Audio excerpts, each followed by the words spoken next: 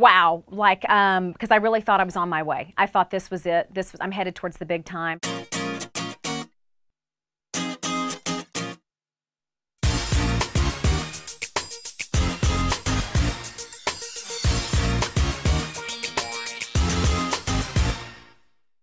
Have you ever been on the path to pursue your dreams and everything is going great, and then you hit some bumps in the road and you have to make the decision, do I continue to pursue that dream or do I just give up and say I tried? Well, I'm sitting down with songwriter and singer Kim Kline, who's going to share her story with us today. Kim, thank you so much for joining me today. I mean, you started off in a small town in Texas with a big dream. How did you decide to come out here and actually say, I'm going to do it, I'm going to pursue this? Music is something I've wanted to do my entire life, and I knew coming from a small town, I mean, I think anybody can relate to that. They always want to get out of that small town and the big city, big bright lights. But that's easy to say, but it takes a lot of courage to move away from everything that's comfortable. My family's here, I grew up here. It was very hard because I'm a very family-oriented person. And at an early age, Kim moved away from everything she knew to pursue her dreams in music. It takes a lot of adjusting. It was very, very difficult for me in the beginning. Still is to this day. Yeah. So you came out to LA. Tell me about kind of your rise as you were starting to really kind of get known. You were charting with some really big people. We started in the smaller markets at radio. Radio and the fans were responding to me very well. My single was called Inside. And I ended up jumping onto top 40, and it was just the most amazing feeling because you feel like, okay, there's really something here now, and now I know why I've gone after this, my passion. I'm crying, I'm dying, on the inside, I'm falling, I'm trying, on the inside, I'm lying, denying. After moving to Los Angeles, Kim's music career skyrocketed. And at one point who was an opening act for you? Oh gosh, I was on a bill with Katy Perry.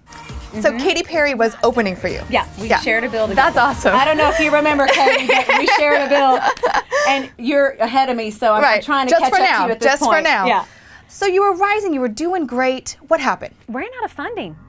Just hit the wall. It's a business. It's absolutely a business, and in order to get there, you have to keep funding this thing. And Billboard magazine, MTV, charting on the radio. I had to keep feeding the beast and feeding the machine, and unfortunately, I didn't have enough cash flow to sustain that model. You were climbing to the top, and then this whole shift happened, and you were kind of left to start over again in a way. Yes, the industry was just completely in flux, and as I was coming up and climbing, the industry was, declining. Rising to the top, Kim's journey took a major turn. And now this event is where she finds her inspiration and drive to move forward with her musical dreams. Everyone looks like they're such an overnight success, but everyone that has reached a certain level of success has had some sort of challenge or crisis or life, obstacle to overcome. And one of them was your mom. What happened? And I got a phone call that my mother had been rushed to the hospital in my hometown. During that time, it went from her being in our little hospital in Graham to having to be transferred to Fort Worth, which is the nearest largest hospital.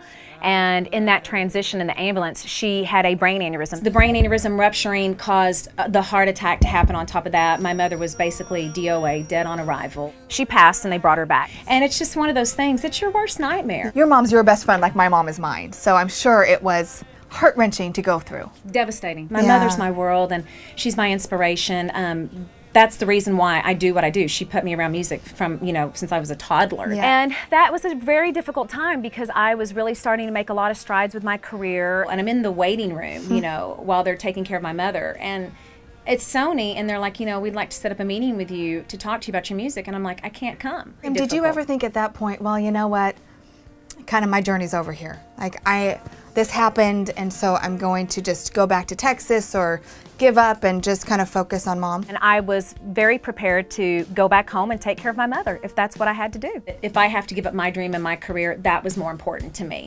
Tragedy struck, and Kim was forced to make a decision. She's okay. She's, definitely changed. I literally saw my mother be reborn in neuro ICU. Just the movement of one finger. Just to be able to wiggle a couple of toes. It was just like, it was a miracle, absolute miracle. My mother is absolutely a fighter and a survivor, and she's my miracle and my inspiration. So Kim, what would you tell someone who is like you 10 years ago, that really wants to pursue their music, that maybe is in a small town? What would you tell them to do? Okay. For me, honestly, I would say go for it. If this is what you want, someone wants, and for me it's what I want, needs to be my 100% focus. And that way, it's everything goes into that. Every ounce of energy, everything that I do is right there focused on being what I want to be and create in my life. Okay, I know everyone is dying, Kim, to hear your voice. If they haven't had the chance yet, will you just sing a little something for us? Sure. And I keep on falling in love with you. Sometimes I love you, sometimes you make me blue. Yeah. Kim, you are such an inspiration. Thank you so much for your time today, and I know we're all going to be watching you climb right back up that ladder. And thank you for watching this Inspired Living interview. Do you want more inspiration? Of course you do. So just head over to inspiredliving.tv, and I'll see you next time.